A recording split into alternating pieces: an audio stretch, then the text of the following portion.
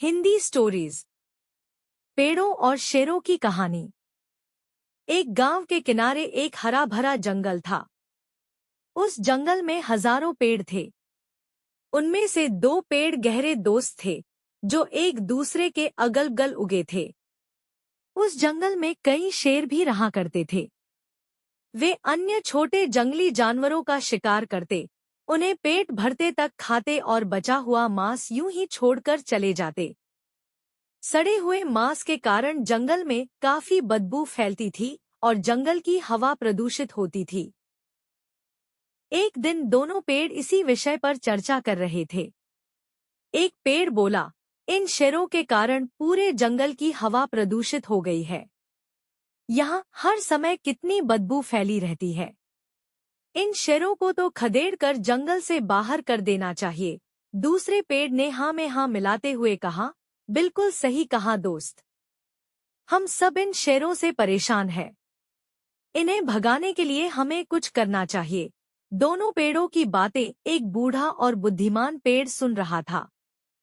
वह कहने लगा, तुम दोनों की बातें मूर्खतापूर्ण है। ये तो सोचो कि इन शेरों के कारण हम सुरक्षित हैं।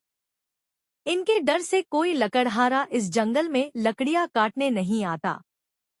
शेर चले गए तो हम भी कुछ दिनों के मेहमान होंगे। बूढ़े पेड़ की सलाह पर दोनों पेड़ों ने कोई ध्यान नहीं दिया।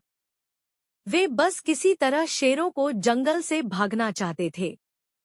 उन्होंने सोचा कि क्यों न किसी तरह शेरों को डराया जाए ताकि वे जंगल छोड़कर भाग जाएं। उसके बाद आपस में सलाह करके दोनों तेज आवाज के साथ अपने स्थान में हिलने लगे। उन्हें हवा का भी साथ मिला। उनकी शाखाएं जोर जोर से हिल रही थी। जंगल के जानवरों ने जब ये देखा तो डर गए। उन्हें लगा कि जरूर जंगल में कुछ होने वाला है और इन दो पेड़ों का इस तरह हिलना इसी का संकेत है। वे सब जंगल छोड़कर जाने लगे। शेरों ने भी जंगल छोड़ दिया। ये देखकर दोनों पेड़ बहुत खुश हुए और कहने लगे कि अब जंगल में शुद्ध हवा बहेगी और हम शुद्ध वातावरण में रहेंगे।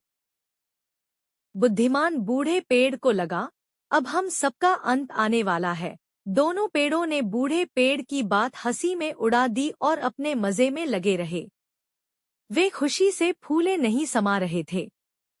लेकिन उनकी खुशी कुछ दिनों तक ही रही। जैसे ही गांव में बात फैली कि शेर जंगल छोड़कर चले गए हैं, कुछ लकड़हारे कुल्हाड़ी लेकर जंगल पहुंच गए। अब उन्हें शेरों का कोई